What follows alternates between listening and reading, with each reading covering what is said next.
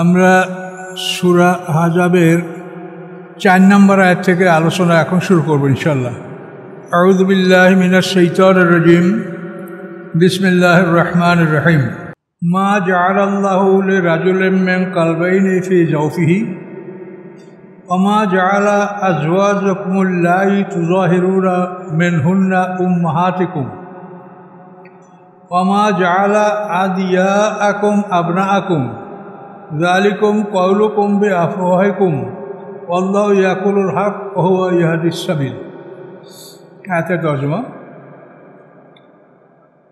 আল্লাহ তাআলা কোনো মানুষের মধ্যে দুইটা হৃদয় স্থাপন করেন নাই।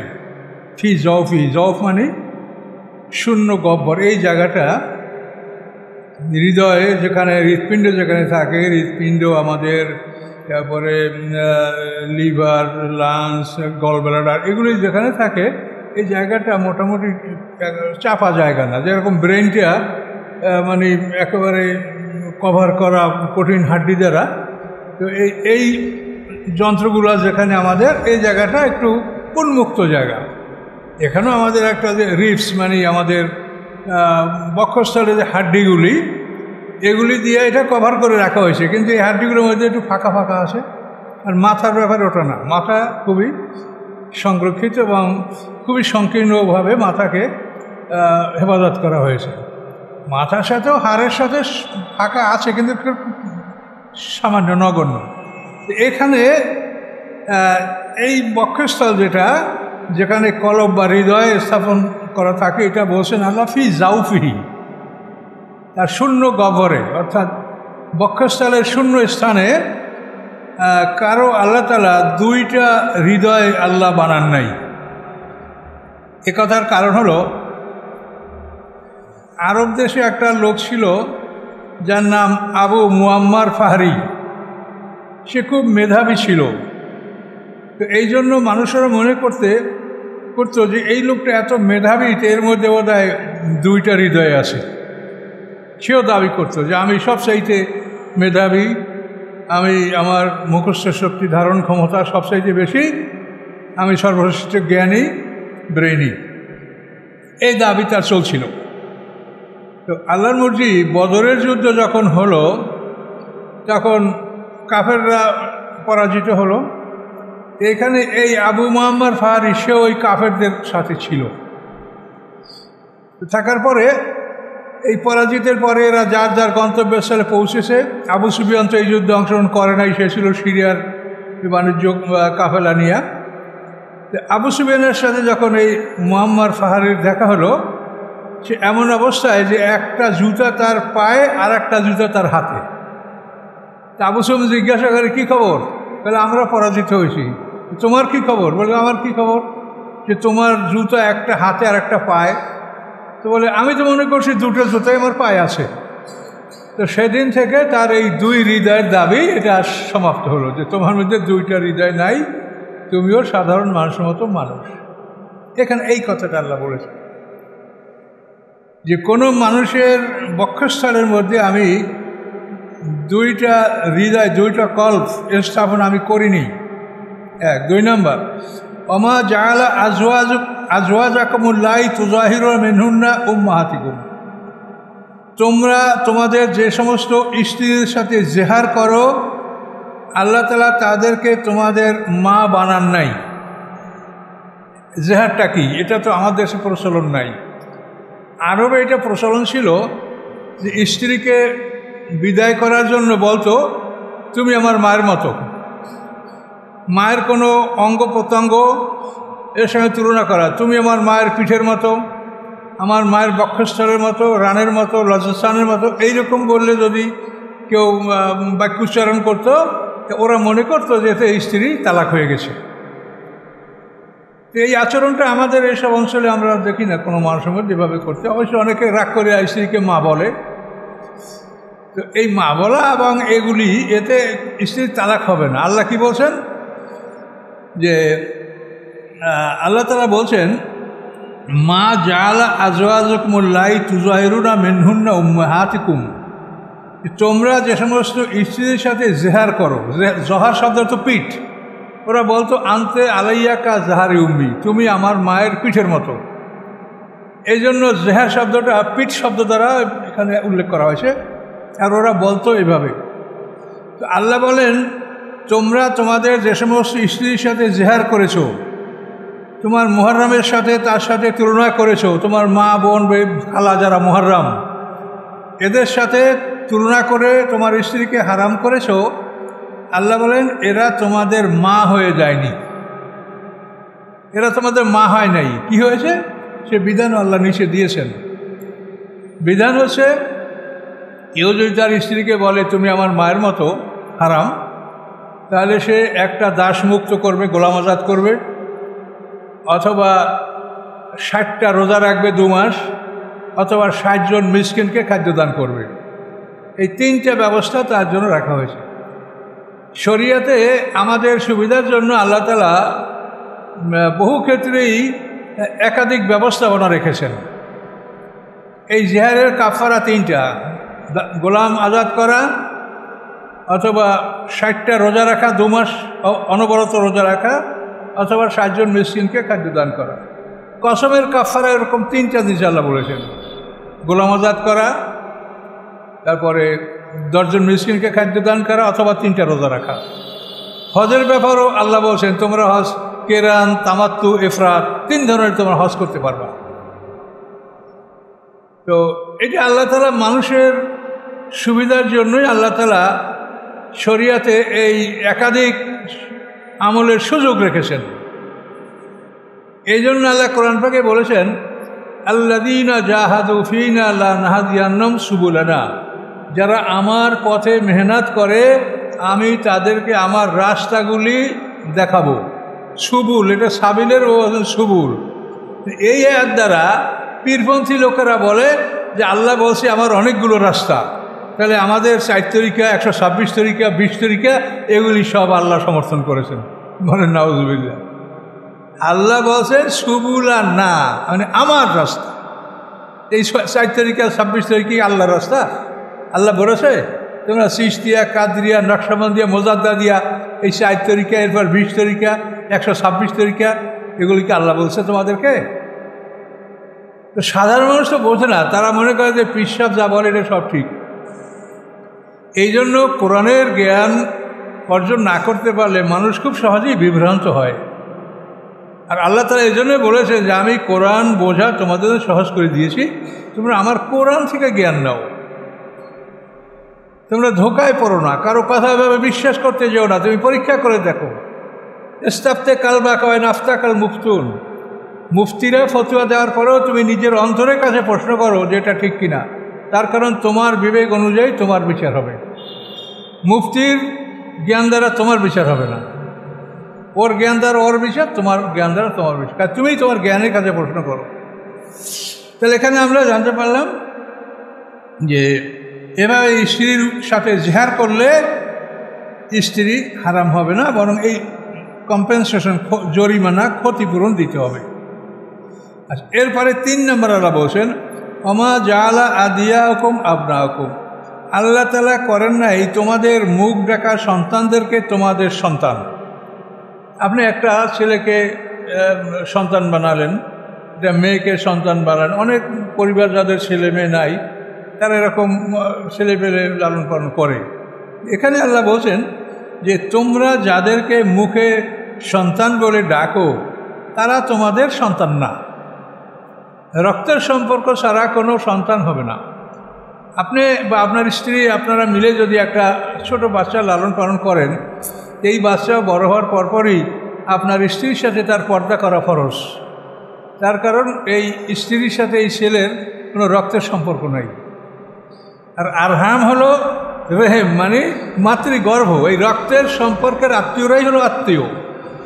আপনার ভাই বোন আপনার মায়ের, আমার মায়ের পেটে, আমার বাবা, চাচা, ফুফু, আমার দাদার ওর সে দাদির পেটে, এই যে রক্তের সম্পর্ক, আত্মীয় হলো এরা। কাজে আল্লাহ যাকে আত্মীয় বলেছেন সেইটা হলো ধর্ম আত্মীয়। আর যে আত্মীয় ধর্মে নাই সেটাকে আপনি ধর্ম আত্মীয় কী করে বলেন? কথাটা বুঝছেন আমার? যে আত্মীয়র কথা ধর্মে নাই সেইটাকে আপনি ধর্ম আত্মীয় কীভাবে বলছেন? জানি না কোন এলাকায় কী ব্যবহার, আমাদের এলাকায় হলে ধর্মকুটুম। এই সমস্ত ব্যাপারে কিন্তু আপনারা জানিয়ে দেখবেন এর মাধ্যমে অনেক অশান্তি সৃষ্টি হয়, অনেক ফাসাদ সৃষ্টি হয়, অনেক পারিবারিক দুর্যোগ সৃষ্টি হয় এই সমস্ত আত্মীয় এই কুটুম বানানোর মাধ্যমে। তার কারণ আল্লাহ তাআলা যাদেরকে রক্তের সম্পর্কে আত্মীয় বলেছেন, এরা এক জায়গায় বসবাস করবে, এদের রক্ত একই রকমের, রক্তে চুম্বক আছে, কাজেই একই চুম্বক, অ্যাকশনটা হলো বিকর্ষণ, আর বিপরীত চুম্বকের শক্তি হলো আকর্ষণ। কাজেই একই রক্তের যারা, রক্তের সম্পর্ক, তাদেরকে আল্লাহ এক জায়গায় বসবাস করার অনুমতি দিয়েছেন, যে ফাসাদ হবে না, নিরাপদে তোমাদের ছেলেমেয়েরা বড় হবে।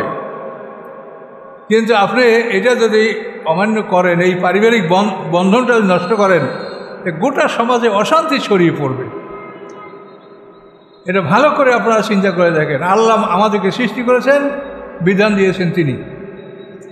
এখানে এই বিষয়টা আমরা আল্লাহর কোরআন থেকে জানতে পারলাম যে তোমরা যাদেরকে মুখে সন্তান বলে ডাকো তারা তোমাদের সন্তান নয়। জালিকুম কওলুকুম বিআফওয়াহিকুম, এগুলি তোমাদের মুখের কথা, তোমরা মুখে বলছো। কোনো মহিলা যদি কোনো সন্তানকে দুধ পান করায় 2 বছরের মধ্যে, তাহলে এই দুধমা হবে সে, এবং ছেলে মেয়েটা এটা হারাম সম্পর্ক, এটা সৃষ্টি হবে, মুহাররম সৃষ্টি হবে সেখানে। কিন্তু এছাড়া তো এভাবে লালন পালন করলে তার দ্বারা ওই ছেলে হবে না, মেয়ে হবে না। আপনি মেয়ে লালন পালন করলেন, মেয়ে বড় হয়ে গেছে, এখন ওই মেয়ে আপনাকে বাবাই ডাকছে, কিন্তু বড় হয়ে পরে এই মেয়ের সাথে আপনার বিবাহ জায়েজ, ওই ছেলের সাথে আপনার স্ত্রীর বিবাহ জায়েজ, যদি আপনি মারা যান বা তালাক হয়, এই শরীয়তের আইন। কাজে এই জন্য আল্লাহ কি বলছেন, আল্লাহ কোরআন শরীফে আমাদের জীবনের সব দিকগুলি তুলে ধরেছেন। এমনকি এখন যেগুলো সমাজে প্রচলিত নাই সেগুলোও আল্লাহ তুলে ধরেছেন।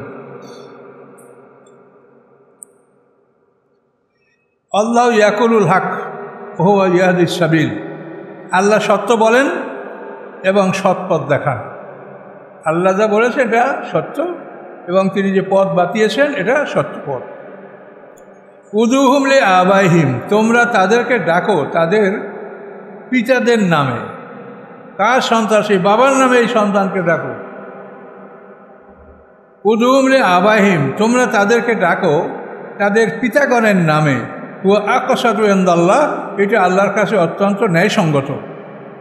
ফাল্লাম তা'লামু আবাহুম, যদি তোমরা তাদের পিতৃ পরিচয় না জানো, পিতাকে এটা জানতে পারছো না, ফাইখওয়ানুকুম ফিদ্দীন, তাহলে তারা তোমাদের দ্বীনের ভাই। পিতৃ পরিচয় না পেলে তাকে তুমি অপমান করো না, কারণ জেনায় যে পয়দা হয়েছে সে তো নিজে দোষী না, দোষী হয়েছে এই কর্মে তার পিতামাতা দ্বারা লিপ্ত তারা। এই জন্য আল্লাহ বলেন, যদি তার পিতৃ পরিচয় তোমরা না পাও তাহলে তারা তোমাদের দ্বীনী ভাই, মাওয়ালিকুম, এবং তারা তোমাদের বন্ধু। অনেকে প্রশ্ন করেন ওলাদুল জেনা, তার পিছনে নামাজ হবে কিনা? নামাজ কেন হবে? তার কি অপরাধ? তার কি অপরাধ? সে তো অপরাধ করেনি। কাজে তাকে অপমান করা যাবে না, তুচ্ছ করা যাবে না। যদি জানেন তার পিতৃ নামে ডাকেন, পিতার নাম জানেন না, তাহলে সে আপনাদের, আল্লাহ কি বলছেন, তোমাদের ভাই অথবা তোমাদের বন্ধু, বাস। মানে চূড়ান্ত ফয়সালা। প্রত্যেকটা বিষয় আপনি এই সামাজিক বিষয়গুলি, এগুলির ফয়সালা আল্লাহ দিচ্ছেন। পুরো কোরআন এরকম মানব জীবনের জরুরি বিষয়গুলি এই কোরআনে আল্লাহ তাআলা সুন্দর করে বলে দিয়েছেন। এখন আল্লাহ বলেন, ওয়ালাইসা আলাইকুম জুনাহুন ফি মাক্তাতুম বিহি, তোমাদের পরে অপরাধ হবে না যে অপরাধগুলি তোমরা করেছো। খাতা মানে কি? অসাবধানতা, অজানার কারণে যেটা ভুল হয় সেটাকে বলা হয় খাতা। তোমরা যে ভুল করেছো এজন্য আল্লাহ তোমাদেরকে ক্ষমা করে দিয়েছেন। এগুলি সমাজে প্রচলন ছিল। এমনকি আল্লাহ রসুলের ঘরেও যায়েদ ইবনে হারেসা এই রাসূলকে আব্বা ডাকতো, কিন্তু তার ছিল, কিন্তু আল্লাহ রসুলকে আব্বা ডাকতো। মানুষরা বলতো যায়েদ ইবনে মোহাম্মদ সাল্লামের ছেলে। কিন্তু আয়াত নাযিল হওয়ার পরে আল্লাহ রসুল এগুলি সব বর্জন করেছেন এবং তার যায়েদ ইবনে হারেসা, পিতার নাম হারেস, ওই নামেই তাকে ডেকেছেন। সেই জন্য আল্লাহ বলেন যে তোমরা ইতিপূর্বে যে ভুল করেছো সেটা আল্লাহ ক্ষমা করে দিলেন। ওয়ালাকিন মা তাআম্মাদাত কুলুবুকুম, কিন্তু যদি তোমাদের মন এখনও এই সমস্ত কাজ করার আগ্রহ প্রকাশ করে তাহলে কিন্তু সে শাস্তি ভোগ করবে। ওয়াকান আল্লাহু গাফুরার রহিমা, এবং নিশ্চয়ই আল্লাহ তাআলা ক্ষমাশীল দয়াময়। আর নবীও আওলা বিল মুমিনিনা মিন আনফুসিহিম, নবী আওলা মানে উত্তম মুমিনদের কাছে নিজেদের জীবনের চেয়েও। অর্থাৎ নবীর ভালোবাসা, নবীর স্নেহ এবং তার মর্যাদা, এটা মুমিনদের কাছে আল্লাহ বলছেন তাদের জীবনের চাইতেও বেশি, তারা নিজের জীবনের চাইতেও নবীকে ভালোবাসবে। আওলা মানে উত্তম। তো নবী মুসলমানদের জীবনের চাইতে উত্তম। তো এই কথাগুলি আল্লাহ তাআলা যে বলেছেন আমাদেরকে যে নবীকে ভালোবাসতে হবে নিজের জীবনের চেয়েও, এটা উহুদের যুদ্ধে সাহাবায়ে কেরামরা প্রমাণ করেছে। উহুদের যুদ্ধে যখন আল্লাহ রসুল কাফেরদের বেষ্টনীতে চলে গেলেন, ওই সময় খালেদ ইবনে ওলীদ মুসলমান হয় নাই, তার নেতৃত্বে এই অবস্থাটা হয়েছিল। তখন আল্লাহ রসুলকে মদিনার আনসাররা চতুর্দিকে গোল হয়ে দাঁড়িয়ে গেছিলেন, চতুর্দিক থেকে তীর তলোয়ারের আঘাতগুলি তারা সহ্য করছেন। আস্তে আস্তে তারা শাহাদাত হয়ে ঢলে পড়ছিলেন, কিন্তু আল্লাহ রসুলকে তারা ঘিরে রেখেছিলেন আনসাররা। এবং তারা মুহাজিরদেরকে বলেছেন যে মুহাজির ভাই আপনারা হটে যান, তার কারণ আল্লাহ রসুলকে হেফাজতের জন্য আমরা প্রতিশ্রুতি দিয়েছি। তাকে যখন আমরা মক্কা থেকে বের করে নিয়ে আসি, তো তখন আমরা তাকে প্রতিশ্রুতি দিয়েছি যে আমরা আপনাকে দেখব, রক্ষা করব, সন্তান স্ত্রী পুত্র প্রয়োজন যেরকম আমরা রক্ষা করবো, হয় আপনাকে রক্ষা করব। কাজে এটা আমাদের কাজ, মুহাজির ভাইরা হটে যান, আমরা রাসূলকে দেখব। এই জন্য উহুদের যুদ্ধে যে 70 জন সাহাবী শাহাদাত বরণ করেছেন, এর মধ্যে 64 জন আনসার, আর 6 জনের মধ্যে 4 জন মুহাজির, 2 জন অন্য লোক। একজন হলো মুখাইরিক নামক এক ইহুদি, আর আরেকজন মোর্শেক হলো কুজমান, সে জাতির জন্য মুসলমানদের পক্ষে লড়াই করেছে এবং মারা গেছে। তাহলে কুজমান আর মুখাইরিক, 2 ইহুদি এবং একজন মোর্শেক, তা থাকে 4 জন। তাহলে মুহাজিররা উহুদের যুদ্ধে শাহাদাত বরণ করছেন মাত্র 4 জন। তাহলে তারা প্রমাণ করছেন যে নবী মুমিনদের জীবনের চাইতে উত্তম, জীবনের চাইতে মূল্যবান, এটা তারা প্রমাণ করেছে। আজওয়াজু উম্মাহাতুহুম, এবং নবীর স্ত্রীগণ তাদের মা। নবীর স্ত্রীগণ তাদের মা, তো এর অর্থ এই না যে নবীর স্ত্রীগণ মুসলমানদের মা, এই জন্য নবীর স্ত্রীর যারা বোন তারা আমাদের খালা, তা কিন্তু না। এটা শুধু পুরুষদের জন্য, এবং শুধু বিবাহ সম্পর্ক যাতে সৃষ্টি না হয়, আল্লাহ তাদের সাথে রাসূল ইন্তেকালের পরে বিবাহ বন্ধনে আবদ্ধ হতে নিষেধ করেছেন। এই জন্যই নবীর স্ত্রী আমাদের মা, তার অর্থ এই নয় যে নবীর মেয়েরা আমাদের বোন, তাদেরকে বিয়ে করা যাবে না। কি বুঝেছেন কথাটা? নবীর স্ত্রী আমাদের মা হয়, তাহলে তার কন্যারা আমাদের বোন হবে না? তার নবীর স্ত্রীর বোনেরা আমাদের খালা হবে না? তা কিন্তু না। এটা বুঝেন এখানে যে নবীর স্ত্রীরা তোমাদের মা, অর্থাৎ নবীর স্ত্রীগণকে তোমরা পুরুষরা যেন বিবাহ করার কল্পনাও না করো। এটা পরিষ্কার সূরা আহজাবে বলা হয়েছে, কল্পনাও করবে না। এখানে বিভিন্ন হিকমত আছে। কোনো মহিলার যদি একাধিক স্বামী জান্নাতি হয়, ওই মহিলা তার শেষ স্বামীর সাথে বেহেশতে যাবে। এখন আল্লাহ রসুলের স্ত্রীরা যদি অন্য কোনো স্বামী গ্রহণ করে, তার রাসূলের সাথে তারা ভেসে যেতে পারছে না। এই বিভিন্ন দিক লক্ষ্য করে আল্লাহ তাআলা আইন করেছেন, নবীর সম্মান এবং অন্য অন্য যে বিষয়গুলি আছে এগুলি নিয়ে। তো এই জন্য আল্লাহ বলছে যে নবীর স্ত্রীগণ তোমাদের মা, কিন্তু নবীর কন্যাগণ তোমাদের মা না। নবীর কন্যাদেরকে আলী বিয়ে করছে, তারপরে রসুলের আরও ওসমান গনি 2 কন্যা বিয়ে করছে, তারপরে আর এক মেয়ে বিয়ে করছে আবিলাস। এই 3 জামাই আল্লাহ রসুলের। এই ওসমান গনি 2 কন্যা বিয়ে করছেন, আর ওনারা ফাতেমা আর জয়নব। জয়নবের স্বামী ছিল আবুল আস, মুশরিক ছিল, পরে ইসলাম গ্রহণ করেছে। তাহলে এখন বিষয়টা বুঝতে পারলেন যে নবীর স্ত্রীর আমাদের মা, এটা তার সম্মান। আর মহিলাদের মানা, হযরত আয়েশা সিদ্দিকাকে এক নারী এসে বলে, হে মা, তখন তিনি বললেন যে শোনো, আমি তোমাদের মহিলাদের মা না, তোমাদের পুরুষদের মা। আয়েশা সিদ্দিকা বলেছে। তাহলে শুধু পুরুষরা যাতে নবীর স্ত্রীগণকে বিবাহ করার চিন্তা না করে, এই জন্য আল্লাহ তাআলা এই বিধান কোরআনে দিয়েছেন। উলুল আরহামে বাযুম আওলা বিবাজ। উলুল আরহাম মানে রক্তের সম্পর্কীয় আত্মীয় স্বজন, রেহেম। রেহেমের মাধ্যমে যারা আত্মীয়, এরা কতকের চাইতে অগ্রাধিকারী। যেমন একটা ছেলে মারা গেছে, তার সন্তান নাই, তার ভাই ব্রাদার আছে, বাবা আছে। এখানে বাবা তার নিকটতম ভাইয়ের চাইতে, এই জন্য এই মৃত ব্যক্তির সন্তানের যে সম্পদটা, এরা বাবা পাবে, ওই ভাইরা পাবে না।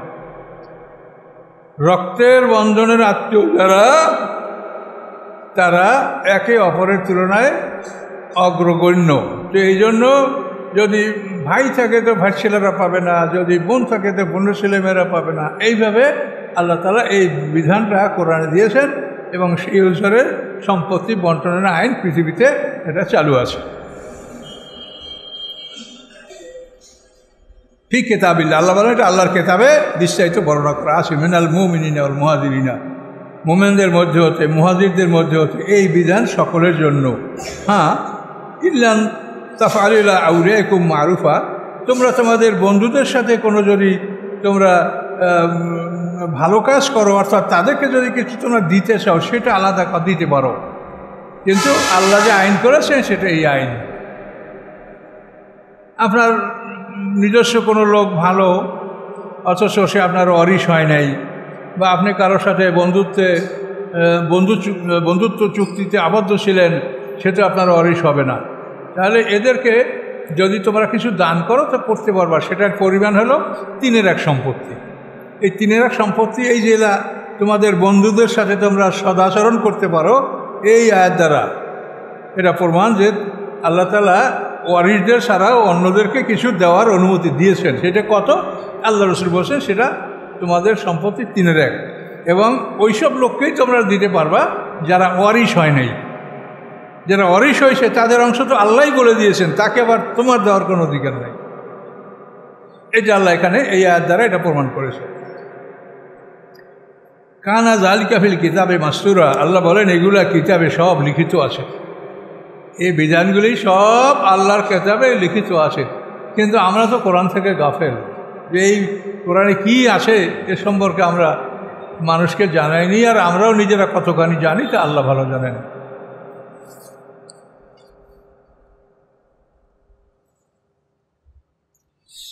ওয়াইজ আখাযনা মিনান নবিয়্যিনা মিসাকাহুম, আল্লাহ বলেন স্মরণীয় ঘটনা, যখন আমি নবীদের থেকে প্রতিশ্রুতি গ্রহণ করেছিলাম, অমেনকা এবং আপনার থেকেও হে মুহাম্মদ সাল্লাল্লাহু আলাইহি ওয়াসাল্লাম, অমেন নুহেন এবং নূহ আলাইহিস সালাম থেকে, ইব্রাহিম আলাইহিস সালাম থেকে, মুসা আলাইহিস সালাম থেকে, ঈসা আলাইহিস সালাম থেকে, ঈসা ইবনে মারিয়াম তার থেকে, আখাযনা মিনহুম মিসাকান গালিজা, আমি তাদের থেকে শক্ত প্রতিশ্রুতি গ্রহণ করেছিলাম। এই নবীদের থেকে আল্লাহ কি প্রতিশ্রুতি নিয়েছেন? সেটা হলো যে তোমাদের কাছে যে আমি আসমানি কিতাব দান করেছি, এইটা সঠিকভাবে তোমরা তোমার উম্মতের কাছে পৌঁছিয়ে দিবে, এই প্রতিশ্রুতি, আর কিছু না। তাহলে এখন নবীর থেকে আল্লাহ প্রতিশ্রুতি নিয়েছেন যে তোমাদের প্রতি আমি যে কিতাব নাযিল করেছি এটা সঠিকভাবে তোমরা তোমাদের উম্মতের কাছে পৌঁছিয়ে দিবে। এখন নবীর পরে আমরা ওরাসাতুল আম্বিয়া যারা, আমাদের কাজ কি এটাই না অন্য কিছু? বলেন। তাহলে নবীদের যে কাজ আমাদের সেটাই কাজ, কিন্তু আমরা সেই কাজ কি করছি বলেন? আমি তো বারবার বলছি যে আপনারা 100 সালের মধ্যে একজনে বলেন যে আমি বয়স 50-60 বছর হয়ে গেছে, আমি কোরআনের প্রথম থেকে শেষ পর্যন্ত মানুষকে আমি শুনেছি। কতভাবে আপনাদেরকে বুঝাই বলছি যে প্রত্যেকটা জুমায় যদি 1 রুকু কোরআনের তাফসীর করেন তা তো আপনি 10 বছর 5 মাসের মধ্যে আপনি পুরো কোরআন শরীফ তাফসীর করতে পারবেন। এটা তো ফরজ, কিন্তু এই ফরজটা আপনারা তরক করছেন কোন সাহসে? সুন্নাত মুস্তাহাব, কার দাড়ি কাটো, কার জামা ছেঁড়া, কার টুপি গল লম্বা, এগুলো নিয়ে খুব মশলা আপনারা করেন, কিন্তু আপনারা নিজে যে ফরজ তরক করেছেন এতে কি কোনো সন্দেহ আছে যে এটা ফরজ তরক করছেন আপনারা? এই নবীদের থেকে যে প্রতিশ্রুতিটা আল্লাহ নিলেন, নবীদের পরে এইটা কাদের উপরে আসে বলেন? সুম্মা আওরাসনাল কিতাব আল্লাযিনা ইসতাফাইনা মিন ইবাদিনা। আল্লাহ বলেন নবীগণের, নবী রাসূলদের তিরোধানের পরে আমি আমার বাছাইকৃত একদল লোককে আমি আসমানি কিতাবের জিম্মাদার করলাম। এটা কোরআনের আয়াত পড়ছে সূরা ফাতিরের 23 নম্বর আয়াত। কিন্তু অবস্থাটা কি দাঁড়ালো? ফামিনহুম জালিমুন নাফসি, তাদের প্রথম দলটা জালেম, ওয়ামিনহুম মুক্তাসিদ, দ্বিতীয় দলটা মধ্যমপন্থী, তৃতীয় দলটা সাবিকুম বিল খায়রাতি বিইজনিল্লাহ। পরিষ্কার কোরআনে বলা আছে। আলেমদের বড় দলটা জালেম, এটা কোরআনে বলা আছে। যার জন্য আপনারা যেখানেই যাবেন সেখানে সব আলেমরা এই কথা বলে, 19 বলবো ওনাটা শুনবো আমরা, বাস এই তো বড় দলিল, সবাই বলে। সবাই যে কি বলে আর সবাই সম্পর্কে আল্লাহ কি বলছে তা একটু কোরআন খুলে চোখ মেলে দেখে নেন। কাজেই এভাবে আল্লাহ তাআলা বারবার আমাদেরকে সতর্ক করছে যে বড় দেল দেখলেই তোমরা মনে করবে না যে এইটা ঠিক। কাজে এই ব্যাপারে আমাদের বলা, এটা আমরা বলে যাব মরণ পর্যন্ত, ফলাফল আল্লাহর হাতে। তবে আপনার এখানে অনেক গুণী জ্ঞানী আছেন, আলেম বলতে শুধু আমাদের মাদ্রাসাওয়ালা মৌলভী সাহেবদেরকে আপনারা আলেম বানাইয়েন না, আপনারাও কিন্তু আলেম। যারা জ্ঞানী তারাই আলেম। আলেম শব্দের অর্থ জ্ঞানী। কাজে আমাদের জানা মতে আমাদের সাথে সারা পৃথিবীর মানুষের সাথে যোগাযোগ আছে। অনেক জেনারেল শিক্ষিতরা কোরআনের অনেক ভালো জ্ঞান রাখে, যে আমাদের অনেক আলেমরা আমরা রাখি না, এরকম বহু জেনারেল শিক্ষিত লোক আছে। তার কারণ কোরআনের জন্য আল্লাহ তাআলা মাদ্রাসায় পড়া লোকদেরকেই নির্বাচন করেন নেই। এটা জ্ঞানীদের ব্যাপার। যার জ্ঞান আছে সেটা নিয়ে চিন্তা গবেষণা করেন, আল্লাহ আপনাকে জ্ঞান দান করবে। এটার জন্য কোনো দল, যেটা আল্লাহ খাস করছে তাদের বলছেন যে আলেমদেরকে আমি করেছি, তাদেরকে দায়িত্ব দিয়েছি, কিন্তু তাদের থেকে এই ফলটা পাওয়া গেছে। বড় দলটা জালেম, দ্বিতীয় দলটা মধ্যমপন্থী, তৃতীয় দলটা সৎকর্মে অগ্রগামী। এই আয়াত নিয়ে আলেমদেরকে বাঁচাবার জন্য তাফসীরকাররা কিন্তু অনেকভাবে ঘুরাইয়া ফিরাইয়া কথা বলার চেষ্টা করছেন, কিন্তু আপনি যাই বলেন আল্লাহর আয়াতের যে ডাইরেক্ট অর্থ সেটা কোথায় নেবেন? জালেমের অর্থ আপনি কি নেবেন বলেন? মুক্তাসিদ মানে মধ্যমপন্থী, আর অর্থ আপনি যত ঘুরান কোন দিক নিতে পারবেন? কাজে ঘুরান ফিরানো হলো, এটা হলো যে যাতে এই হুজুরকে মুক্তি দেওয়া যায়, কাজ হবে না। সরাসরি আয়াত যেটা বলছে এটাই আয়াতের অর্থ। আর জালেম শব্দটা এমন শব্দ যে কাফের যারা তারাই জালেম, শিরক যারা করে তারা জালেম। অল কাফিরুন হুমুজ জালিমুন, কোরআনের আয়াত। মারাত্মক কথা। এই জন্য আমাদের সতর্ক হতে হবে। আমরা আল্লাহর কাছে যাব। আল্লাহ বলেন এদের থেকে আমি কঠিন প্রতিজ্ঞা নিয়েছি। আল্লাহ বলেন কেন নিলাম আমি? লিয়াসালা সাদিকিনা আন সিদকিহিম, যাতে তাদেরকে জিজ্ঞাসা করা যায়, এই সত্যবাদীদেরকে জিজ্ঞাসা করা যায় তাদের সত্যবাদিতা সম্পর্কে। সমস্ত নবীরা সিদ্দিকিন, সত্যবাদী। তাদের সত্যবাদিতা হচ্ছে যে তারা তাদের উপরে দায়িত্বটা সঠিক পালন করেছে কিনা, এটা আমি জিজ্ঞাসা করব। এই জন্য আমি তাদের সাথে তাদের থেকে প্রতিশ্রুতি নিয়েছি। ওয়া'আদ্দা লিল কাফিরিনা আযাবান আলিমা, এবং আমি প্রস্তুত রেখেছি কাফেরদের জন্য বেদনাদায়ক শাস্তি। ইয়া আইয়ুহাল্লাযীনা আমানু, হে ঈমানদারগণ, উযকুরু নি'মাতাল্লাহ, স্মরণ করো আল্লাহর নিয়ামত, আলাইকুম, তোমাদের উপরে, এই যে জাআতকুম জুনুদুন, যখন এসেছিল তোমাদের কাছে বাহিনীরা, ফারসালনা আলাইহিম রিহা, আমি প্রেরণ করেছিলাম তাদের উপরে বায়ু বাতাস, জুনুদান, এবং এমন বাহিনী, লাম তারাহা, যাদেরকে তোমরা দেখতে পাও নাই, ওয়াকান আল্লাহু বিমা তা'মালুনা বাসীরা, এবং নিশ্চয়ই আল্লাহ তাআলা তোমাদের কর্ম সম্পর্কে সম্পূর্ণ দর্শক। তো এই আয়াতের শানে নজুলটা খুব বড় শানে নজুল। এটা আমরা শুরু করি, কিন্তু আজকে আমরা এটা শেষ করতে পারবো না। আল্লাহ বললেন, হে ঈমানদারগণ, তোমাদের উপর আল্লাহর নিয়ামত, আল্লাহর অনুগ্রহ তোমরা স্মরণ করো। যখন তোমাদের কাছে এসেছিল বাহিনী, সম্মিলিত বাহিনী। এটা আহজাব, এই সূরাটার নাম আহজাব। আহজাব শব্দের অর্থ সম্মিলিত বাহিনী। সমস্ত কাফেররা একত্রিত হয়ে মদিনা আক্রমণ করেছিল। এটা হলো শাওয়াল মাসের 5 তারিখ আহজাব যুদ্ধে সংগঠিত হয়েছিল। আহজাব শব্দের অর্থই সম্মিলিত বাহিনী। এই যুদ্ধটা কিভাবে শুরু হয়েছে? বদরের যুদ্ধের পরে ইহুদি বনু কাইনুকা মদিনা থেকে বহিষ্কার হলো। উহুদের যুদ্ধের পরে ইহুদি বনু নজির মদিনা থেকে বহিষ্কার হলো। এখন মদিনায় শুধু একটা দল আছে, ইহুদি বনু কুরাইজা, আর 2 দল ইহুদি বহিষ্কার। তো এই যে 2 দল ইহুদি বহিষ্কার হয়েছে, তাদের নেতারা এই যুদ্ধটা এটা তারা জোগাড় করেছিল। এদের মধ্যে হুয়াই ইবনে আখতাব, তারপরে আরও অন্যান্য যারা নেতা ইহুদিদের, এরা মিলে এরা মক্কায় গেল। গিয়া প্রথম তারা আবু সুফিয়ানকে বুঝালো যে তুমি যদি মদিনা আক্রমণ করো তা আমরা ইহুদি, আমাদের কাছে অনেক অস্ত্র শস্ত্র সম্পদ আছে, আমরা তোমাদের সহযোগিতা করব, দেখো তুমি আক্রমণ করবে কিনা। তখন আবু সুফিয়ান খুব খুশি যে হ্যাঁ অবশ্যই আমরা মদিনা আক্রমণ করব যদি তোমরা আমাদের সাথে থাকো, যে হ্যাঁ আমরা আছি। এই আবু সুফিয়ান প্রস্তুতি নিতে লাগলো। সম্পূর্ণ কোরাইশ কেনা না, এটা আবু সুফিয়ানের দায়িত্বে তারা প্রস্তুত হতে লাগলো। এরপরে ইহুদিরা এরা গেল মক্কার অন্যান্য কাফেরদের কাছে, যেমন আসাদ, গুতফান, আশজা, এই সমস্ত মক্কার বিখ্যাত কাফের সম্প্রদায়, এদের কাছে গেল। এদের কাছে গিয়া হুয়াই ইবনে আখতাব তাদেরকে বুঝিয়ে বলল যে আমি আবু সুফিয়ানকে রাজি করেছি, এখন তোমরা যদি রাজি হও তা আমরা সবাই মিলে আমরা মদিনা আক্রমণ করব। তখন কাফেররা রাজি হয়ে গেল, হ্যাঁ আমরাও তাহলে একত্রে আক্রমণ করব সবাই মিলে।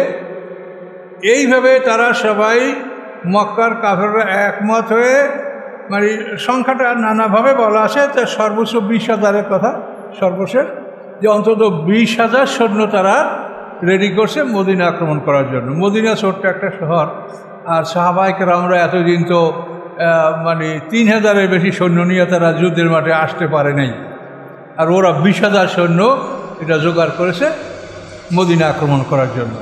সেই কথাটা আল্লাহ বললেন যে এ যে জাআতকুম জুনুদুন, তোমাদের কাছে এই বাহিনী এসেছিল, তো আরসালনা আলাইহিম রিহা, আমি তাদের উপরে বায়ু প্রেরণ করেছিলাম। এটা অনেক দূরের কথা, আমরা জানবো। মানে এই যুদ্ধটা প্রায় 1 মাস স্থায়ী হয়েছিল। তো এই শেষের দিকে আল্লাহ তাআলা প্রচণ্ড শীত, বৃষ্টি, বায়ু এটা আল্লাহ প্রেরণ করেছিলেন, যার ফলে ওরা অস্থির হয়ে গেছিল, ওখানে টিকতে পারে নাই। আর একটা বলছেন কি জুনুদাল লাম তারাওহা, মানে আল্লাহ তাআলা এমন বাহিনী পাঠাইছেন আল্লাহ তোমরা দেখো নাই, আল্লাহ তাআলা ফেরেশতাদেরকে পাঠাইছেন। এই ফেরেশতারা করছে কি, দূরে বসে নারায়ে তাকবীর দিয়েছে যেন ওই কাফেররা শুনতে পায়, কাছে আসে নাই। দূরে বসে নারায়ে তাকবীর আল্লাহ পড়তেছে, তখন ভয়তে থরথর করে কাঁপতে যে এই সৈন্য দিক থেকে আসছে। কিন্তু মুসলমানরা তো খবরই জানেন না যে ওখানে কিসে নারায়ে তাকবীর দিয়েছে। এইভাবে ফেরেশতারা চতুর্দিক থেকে তাদেরকে ভয়ভীতি দেখিয়েছে। আর আল্লাহ দিয়েছেন শীত, বৃষ্টি, এইসবগুলি। সেই কথাটা আল্লাহ বললেন যে আরসালনা আলাইহিম রিহান, আমি পাঠিয়েছি তাদের উপরে বাতাস, ও জুনুদান এবং বাহিনী, লাম তারাওহা, যে বাহিনী তোমরা দেখতে পাও নাই, ওয়াকানা আল্লাহু বিমা তা'মালুনা বাসীরা, আল্লাহ তাআলা তোমাদের সমস্ত কর্মের দর্শক। তো এখন এই যুদ্ধটার ব্যাপারে আমরা আরবদের পরিস্থিতি জানতে পারলাম। কুরাইশ কেনানার সেনাপতি হলো আবু সুফিয়ান, আর এদিকে আসাদ, গোতবান, আশজা। আসাদ গোতবানের সেনাপতি হলো আউফ ইবনে মালিক, আর আশজা এই সম্প্রদায় মুশরিক, এদের সেনাপতি ছিল উয়াইনিয়া বিন হাসান ফাজারি। এভাবে তারা প্রস্তুত হয়ে আসলো মদিনা আক্রমণ করার জন্য। তো মদিনা আক্রমণ করতে হলে তো উত্তর দিক দিয়ে আক্রমণ করতে হবে, মক্কা থেকে এদিকে। তাহলে এখন এই দক্ষিণ দিক থেকে মদিনা শহর আক্রমণ করার কোনো সুযোগ নাই, কারণ এই শহরের দক্ষিণ দিকে এই যে 3 দল ইহুদি, বনু কাইনুকা, বনু নজির, বনু এই 3 দলের গির্জাই এই পাশে। দক্ষিণ পূর্ব পাশ ঘিরে এই ইহুদিদের দুর্গ। আর পশ্চিম সাইডে মানে এমন কঙ্করময় জমি যে সেখানে কোনো ঘোড়া উট চলতে পারে না, তাহলে পা জখম হয়ে যায়। কঙ্করময় মরুভূমি এই সাইডে। তাহলে এদিকে ইহুদিদের দুর্গ, এদিকে কঙ্করময় মরুভূমি, উত্তর দিক থেকে মদিনায় ঢোকার পথ। এই জন্য ওরা মক্কা থেকে রওনা করে এসে এই মদিনা শহরের দুই সাইডে ঘুরে ওরা উত্তর দিকে গেল। উত্তর দিকে গিয়ে উহুদ পাহাড়ের পশ্চিম সাইডে থাকলো আবু সুফিয়ান, ওটা হলো নিম্নাঞ্চল। আর পূর্ব সাইডে থাকলো এই আওফ ইবনে মালিক এবং উয়াইনিয়া বিন হাসান ফাজারি, এরা উঁচু অঞ্চলটা ছিল পূর্ব অঞ্চল। এই দিক থেকে এরা এসে এখানে মদিনা শহর থেকে 6 মাইল দূরে তারা তাঁবু খাটালো সৈন্যবাহিনীর। তো এরপরে আমাদের হাতে এখন সময় নেই, হুজুরও সংকেত দিয়েছেন। তো আমরা এটা ইনশাল্লাহ আসেন সবাই, এটা খুব একটা মানে আল্লাহ রসুলের জীবনের সবচাইতে গুরুত্বপূর্ণ এবং সবচাইতে ঝুঁকিপূর্ণ এবং সবচাইতে সুন্দর এই যুদ্ধটা, যার জন্য এই যুদ্ধটার নামেই একটা সূরা আহজাব। তো আমাদের সময় হয়ে গেছে এখন। তো এ পর্যন্ত আপনারা মনে রাখেন যে আসছে, এরপরে মদিনার ভিতরে ইহুদিরা কী করছে, তারপরে যুদ্ধ কিভাবে শুরু হয়েছে, এটা ইনশাল্লাহ আমরা পর্যায়ক্রমে আলোচনা করব। খুবই মর্মান্তিক কাহিনী এটা, মানে কাফেরদের সর্বশেষ যুদ্ধ এটা। এরপরে আর কাফেররা মুসলমানদের যুদ্ধ করে নাই। এরপরেই আল্লাহ রসুল মক্কা বিজয়ের জন্য তিনি অভিযান করেছেন। কাফেররা যুদ্ধ করতে পারেন এইটার পর। 20,000 সৈন্য নিয়ে আক্রমণ করে যখন তারা ফেল করলো, তখন মুসলমানদের বিরুদ্ধে আর যুদ্ধ করার কোনো সাহস তাদের মনে থাকলো না। আমান্তবিল্লাহ। তা আমরা এখন বাসিরা অর্থাৎ 9 নম্বর আয়াত পর্যন্ত চলে আসছি ইনশাল্লাহ। আল্লাহ বাসির রাখলে আগামী সপ্তাহে এখান থেকেও শুরু করবো ইনশাল্লাহ। যারা কাবলা জুমা পড়ে না তারা 4 জায়গা কাবলা জুমা আদায় করে।